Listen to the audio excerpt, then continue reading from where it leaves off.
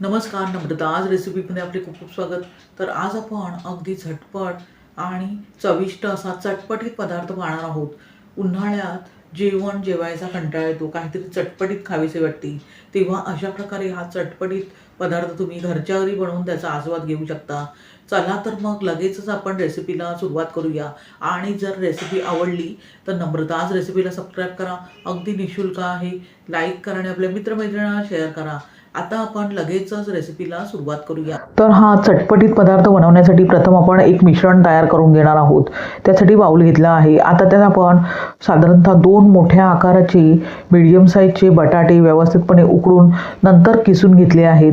बटाटे उकडून घेत असताना त्यामध्ये जास्त पाण्याचा अजिबात वापर करायचा नाही.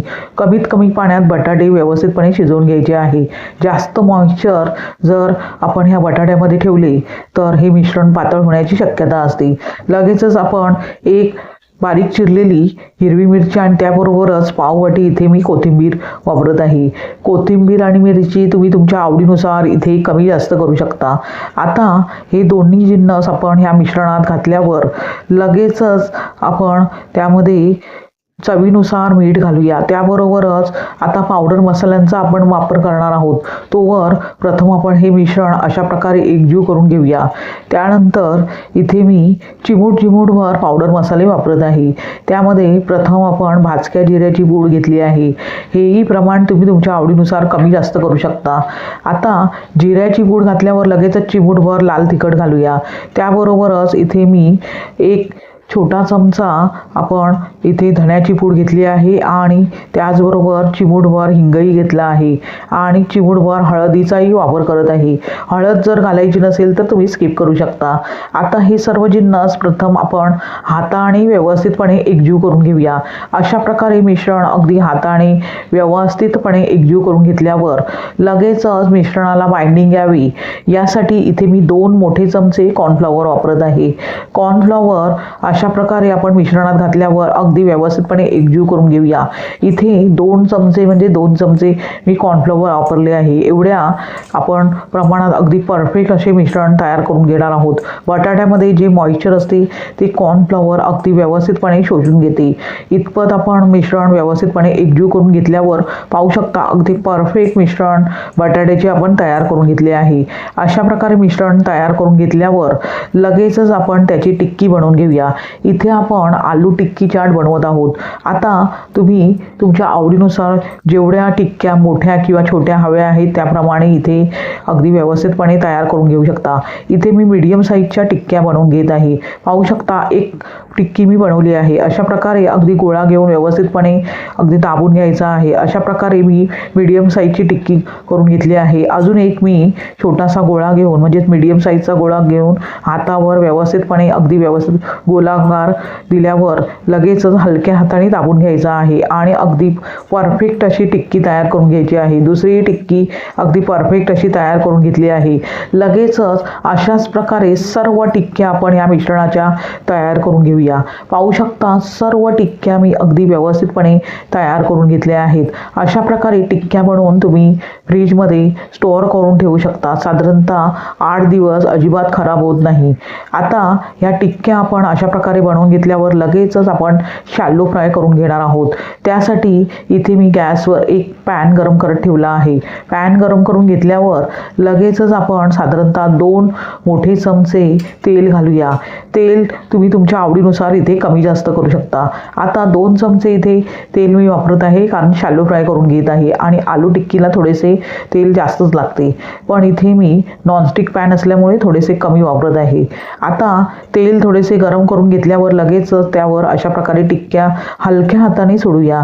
आपण अगदी तेल थोडेसे मीडियम गरम करून घेतले आहे. जास्त अजिबात तेल गरम करून घ्यायचे नाही. मीडियम गॅसवरच तेल गरम करून घेतल्यावर अशा प्रकारे हलक्या हाताने टिक्क्या त्यावर लावून घेऊया.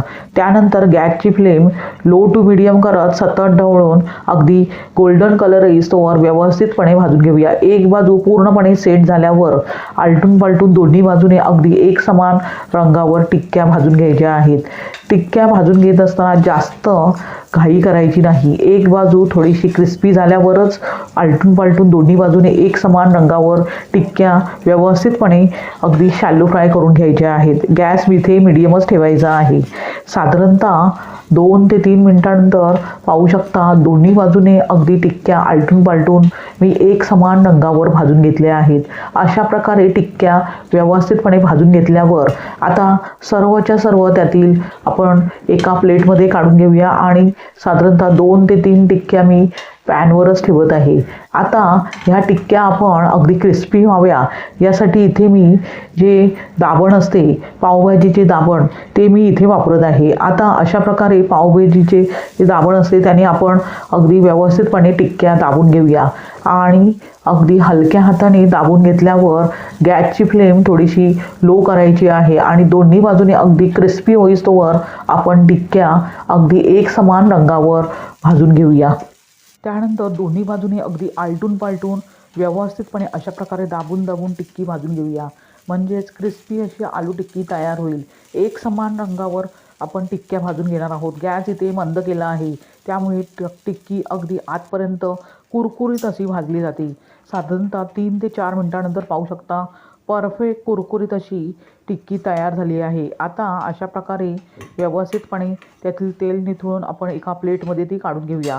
त्यानंतर लगेचच आलू टिक्की चाट आपण बनवणार आहोत. त्यासाठी इथे मी प्लेट घेतली आहे. अशा प्रकारे अगदी हलक्या हाताने क्रिस्पी अशी आपण जी टिक्की तयार करून घेतली आहे ती त्यावर ठेवूया. आता टिक्की अगदी परफेक्ट अशी तयार झाली आहे आणि क्रिस्पी अशी तयार झाली आहे. लगेचच वरून आपण बाकीचे चिन्ह चाटचे जे आपण वापरतो ते एक एक करून त्यावर घालूया. प्रथम आपण इथे गोड दही घालूया. गोड दह्याचे प्रमाण तुम्ही तुमच्या आवडीनुसार कमी जास्त करू शकता. आंबट दह्याचा इथे अजिबात वापर करायचा नाही आहे.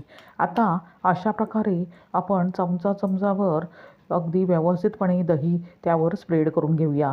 आता दही घातल्यावर लगेचच आपण वरून हिरवी चटणी घालूया. इथे मी कोथिंबीर, पुदिना, आलं, हिरवी मिरची अशी लिंबू घालून हिरवी चटणी घरच्या घरी तयार करून घेतली आहे. अगदी परफेक्ट चटणी तयार झाली आहे. आता लगेचच वरून आपण इमलीची चटणी असते ती त्यावर घालूया. ही मी घरगुती बनवली आहे. गूळ घालून अशी इमलीची चटणी मी घरच्या घरी बनवली आहे. जर रेसिपी हवी असल्यास लगेचच कमेंट करा, मी याचा व्हिडिओ घेऊन येईन. त्यानंतर वरून आपण अशा प्रकारे बारीक शेव थोडे भुरभुरूया. जर शेव नसतील तर स्किप करू शकता. आता अशा प्रकारे आपण शेव त्यावर घातल्यावर लगेचच आता चिमूटभर पावडर मसाले घालूया. त्यामध्ये लाल तिखट प्रथम चिमूटभर अशा प्रकारे वरून आपण पसरवून घेऊया. त्यानंतर चाट मसालाही वरून अशा प्रकारे पसरून घेऊया. त्यानंतर भाजक्या जिऱ्याची पूड असते तीही आपण अशी त्यावर पसरून घेऊया. त्यानंतर अगदी डेकोरेशनसाठी आपण इथे डाळिंबाचे दाणे घेतले आहेत. जर डाळिंबाचे दाणे नसतील तर स्किप करू शकता. कोथिंबीरीने अगदी व्यवस्थित गार्निशिंग करून घेऊ शकता. आता अशा प्रकारे परफेक्ट असे आलू टिक्की चाट तयार झाले आहे. हे टिक्की चाट लगेचच खायला घ्यायचे आहे कारण आपण वरून जे ओले जिन्नस घातले आहेत त्यामुळे ती नरम पडण्याची शक्यता असते. म्हणून अशा प्रकारे लगेचच चाट तयार करून घेतल्यावर खायला घ्यायचे आहे. पाहू शकता अगदी परफेक्ट असे आलू टिक्की चाट तेही घरच्या घरी तयार झाले आहे आणि घरगुती साहित्यात. उन्हाळ्यात जेवण जेवायचा कंटाळा येतो तेव्हा अशा प्रकारे आलू टिक्की चाट बनवून त्याचा आस्वाद घेऊ शकता. तुम्हाला ही रेसिपी कशी वाटली ते कमेंट करून सांगा आणि रेसिपी आवडल्यास नम्रताज रेसिपीला सबस्क्राईब करा. अगदी निःशुल्क आहे. लाईक करा आणि आपल्या मित्रमैत्रिणींना शेअर करा. पुन्हा भेटूया अशाच साध्या सोप्या सुटसुटीत अशा रेसिपीसह. धन्यवाद. श्री स्वामी समर्थ.